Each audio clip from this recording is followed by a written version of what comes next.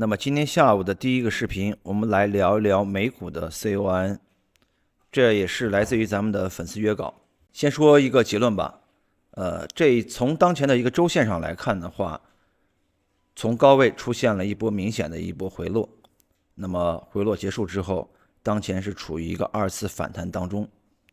那这一次的反弹，从幅度上来说的话，已经进入到后半程了。主要原因是在相对的一个高位形成了一个震荡区间，那么这个震荡区间呢，它是不会轻易结束的，所以目前我们还是把它当做一个反弹结构的浪形来看待。那下来我们从波浪理论的角度来具体分析，得出以上结论的一个原因。首先我们看一下图表当中，最低点出现在2023年的1月初，低点是 31.55， 这波上涨运行到了24年的12月初，高点是 349.75， 整体的上涨它呈现是一波完整的五浪上涨模式，1、2、3、4、5，这里面有几点我们需要关注一下。我们可以看到，在当中的第三浪当中，又分别出现了5个子浪，分别是三浪1、三浪2、三浪3、三浪4、三浪5。在第5浪当中，依然是出现了5浪1、5浪2、5浪3、5浪4、5浪5。所以说，这次从 31.55 到 349.75 的整体走势，它是非常符合波浪理论当中的推动浪五浪上行的一个模式。那既然上涨结束了，那么在随后的阶段，它必然是要出现一个3波的 ABC 调整。那么首先我们先看一下这一次的回撤它的一个幅度比例，整体的回撤幅度还是比较深的啊，直接是跌到了黄金分割 0.618 一线的支撑，也就是在 153.17 附近，然后出现了反弹。但是就此说这波调整的 ABC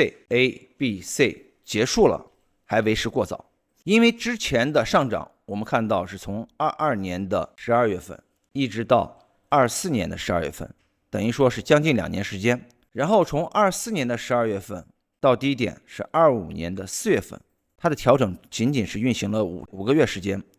那么明显是不够的。所以当前从相对的高位出现的回撤的低波，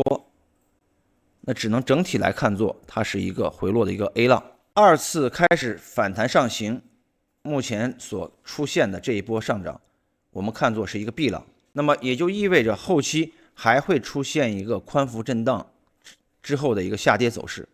就是 C 浪。这是从周线级别我们可以看到得出的一些结论和信息。下来我们就是要考虑这一波 B 浪向上反弹的一个空间和幅度大致会落在哪里。我们将时间调整到天图，同样是借助黄金分割拉取它的压力。从当前的走势来看，黄金分割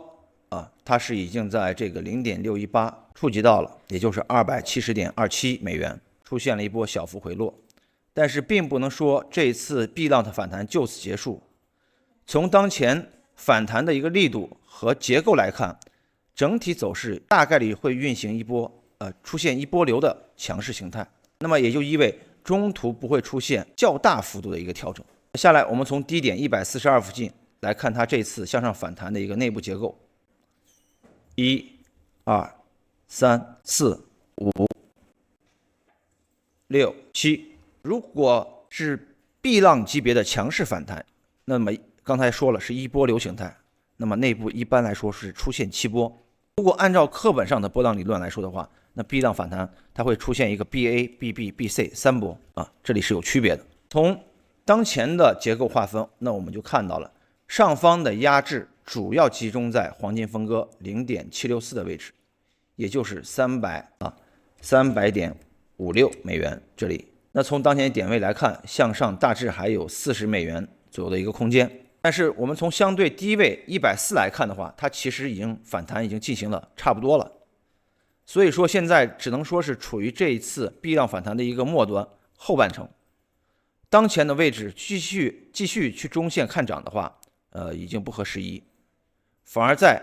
0.618 到 0.764 这个区域，我们要想的是如何落袋为安，如何减仓，如何在剩余的行情当中将我们的获利变为实际的账户余额。那因此对于目前的走势，中线来说，我们就要开始考虑何处了结的一个问题。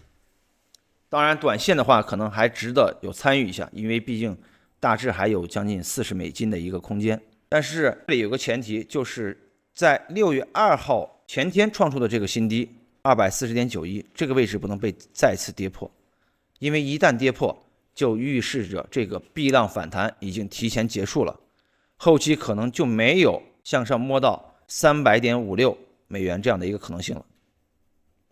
这是一个防守的一个位置。那么以上就是咱们通过这个波浪理论的形态，包括结构给出的我们一些值得关注的信息。如果大家有其他感兴趣的品种，可以在我的评论区分享出来。咱们主要涉及的品种是美股、港股、数字货币、期货以及金银油这几大类。那么今天下午的第一个视频到此结束，我们下一期再见。